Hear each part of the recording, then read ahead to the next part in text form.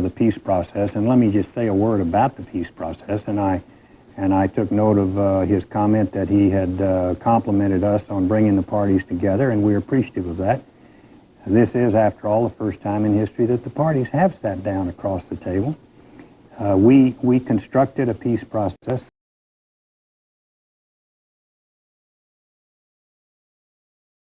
Arab countries to the table face-to-face with Israel, which she has said she wanted for over 40 years. We did so because we thought that was the right approach to take.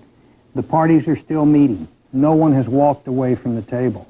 And we still have high hopes for a productive result. I hope it happens. The region certainly deserves it. With respect to the relationship generally, let me say that I am troubled, and I know the President is, anytime there is a difficulty in a relationship. But the fundamentals of our relationship with Israel are just as solid, rock solid, as they have always been. I heard some comments here about the fact that strategic cooperation is not as important as it used to be, perhaps, with the end of the East-West conflict. Our relationship with Israel was based on a couple of things. It was based on strategic cooperation. Yes, it was based though on shared values, and it's still based on shared values. Strategic cooperation is still important as far as the United States is concerned. We don't say that that's no longer important. We recognize a change. But let me just finish it. Sure. Strategic cooperation, shared values, and the absolute and unyielding commitment of the United States and this administration to Israel's security, something that I talk about every time I go to Israel and, frankly, every time I have an opportunity. So the fundamentals of the relationship are just as solid as they can be, Jim. All right, some specifics. The stories, the leaked stories, the allegation that Israel sold Patriot missiles, U.S. technology, to China. You have just received a report on that. What are the results of that? We will have a statement to make about that tomorrow, Jim. I don't want to comment on it tonight. I received the report at the end of the day today. That has been an extraordinarily busy day. I have skimmed it. I have not had an opportunity to fully... You don't want to leak it to me now? Fully digest it, and I really don't. But we will have a statement to make about it tomorrow. There's been a further... Let me say this. I don't think anybody was well served by those leaks.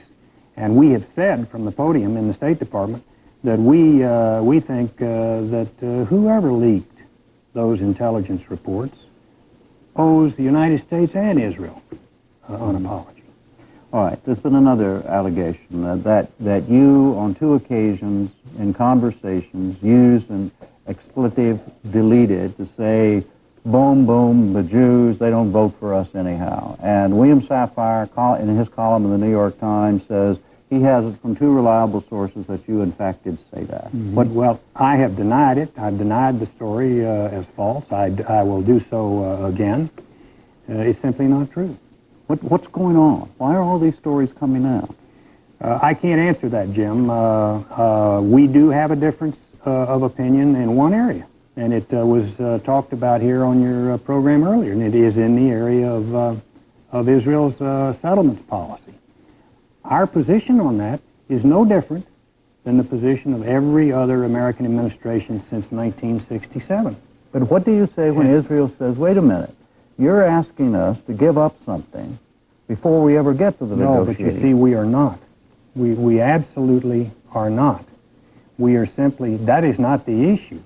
What we are saying is, please refrain from taking unilateral actions that prevent negotiation over the status of the territories, which is what the United Nations resolutions, which have been the backbone of United States policy for over 25 years, require.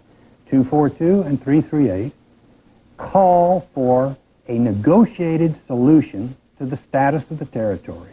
And what we are saying simply is, don't take unilateral action that forecloses those negotiations. We have said over and over and over, I heard the charge here a moment ago that somehow we're going to deliver Israel. We told every Arab government we sat down with and the Palestinians, we will not deliver Israel. We couldn't if we wanted to, and we wouldn't if we could. We say it over and over. And I believe it. We will not. We cannot. And we wouldn't anyway. So that's not what this is all about. This is about a policy that the United States has followed, Democratic and Republican administrations, going all the way back to 1967. And all we're saying, you take loan guarantees, for instance, what we say is, if we're going to go forward now with additional assistance over and above the substantial assistance that Israel gets every year from the United States, then we should do so only on terms that support United States policy. Explain to those who do not follow Middle East policy as closely, obviously, as you and others do on all sides of this, why this thing is such a big deal to the United States on the one side and to Israel, that the Middle East peace process could fall apart over the settlements. It's not, well, but see, I just told you, I don't think it's fallen apart. I mean the possibility. Well, I don't think it is, and I don't accept the argument that it is falling apart. The parties have continued to meet, and I hope and believe that they will continue to meet.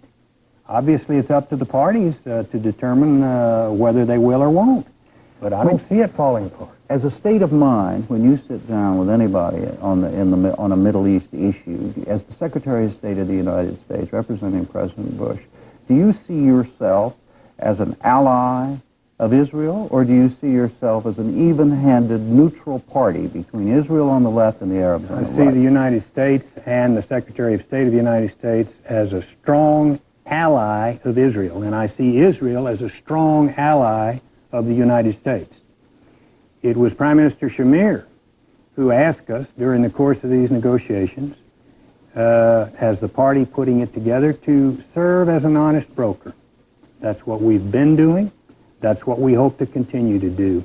You may have seen at the conclusion of the last session here in Washington where we were very critical of the Palestinians for their approach to the process, extraordinarily critical. And so we are trying to perform that role, recognizing that we are strong allies of Israel. Why? Because we share values, and that hasn't changed. Because we have an unyielding commitment to Israel's security, and that hasn't changed. Because we cooperate strategically. And you could argue, well, maybe that's changed because of the East-West dimension. I happen to think it's still important. So that's why I tell you the fundamentals of the relationship, Jim, are there and they're solid.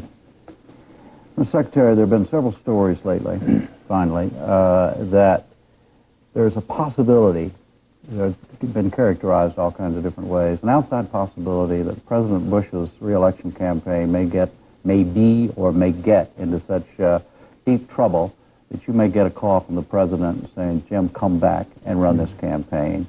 First of all, has that call been made? I'm sitting here talking to you as Secretary of State. No, I mean, is that a possibility? I don't know. I can't answer that. I answered the question a little bit earlier today by someone said, can you assure me unequivocally that you will continue throughout the balance of this year as Secretary of State and you will not be going to the campaign? And I said yes. So put the question to me that way and I will say yes. Consider it done. Mr. Secretary, thank you very much. Thank you, Jim.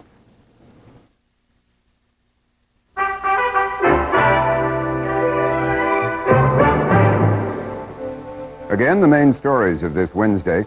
Secretary of State Baker said on the NewsHour that the cost of the new U.S. aid package for the former Soviet states would be $3.3 billion in new funds.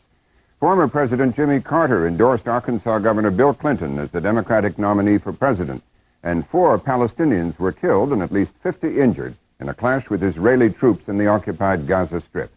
Good night, Jim. Good night, Robin. We'll see you tomorrow night with the Newsmaker interview with House Speaker Tom Foley. I'm Jim Lehrer. Thank you and good night. Part of helping the world live and communicate better is keeping it well informed. That's why funding for the MacNeil Lehrer NewsHour is provided by AT&T and by PepsiCo.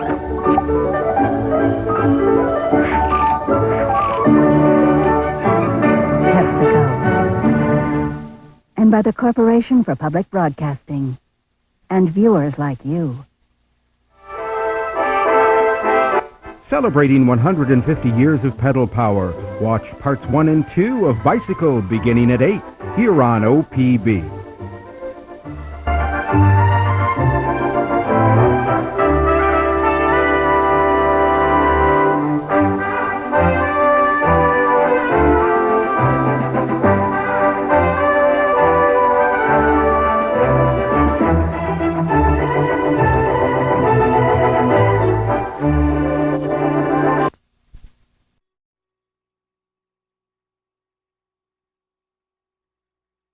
Pratt Art Institute.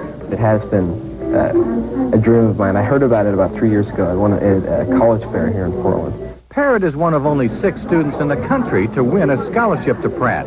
For the past 2 months, he's worked on a giant-sized self-portrait that he'll take back to New York next month for an award ceremony. He'll also exhibit a number of drawings that highlight his obvious talents. His high school instructor says many art scholarships are available, but it's up to the student to get the ball rolling. I have a lot of representatives from the different art schools come in and talk to the advanced art classes. So they start getting an idea that there are a lot of options out there for them. You would think, with all the notoriety that Portland's Matt Groening has received as creator of The Simpsons, with all its instant wealth, that students like Chris Parrott would aspire to be the next Matt Groening. But that's not necessarily true. Probably my biggest idol is Picasso. From an early age, he exhibited a lot of classical artistic skill. And from there, he was able to continually progress as he got older. What if you have a child with artistic talent? You cannot deny it. I mean, you have to act on it. And if you deny it, then I think you become an unhappy person. Parrott doesn't wear rose-colored glasses. He's heard the term starving artists, but he's willing to pay the price. There's not much money in the profession, but it's really what I want to do. Judging by his talents, he shouldn't starve for long. In Beaverton, Wayne Poligowski, Newsroom 6. We'll be hearing from him. He's better than Picasso. We'll see you at 11.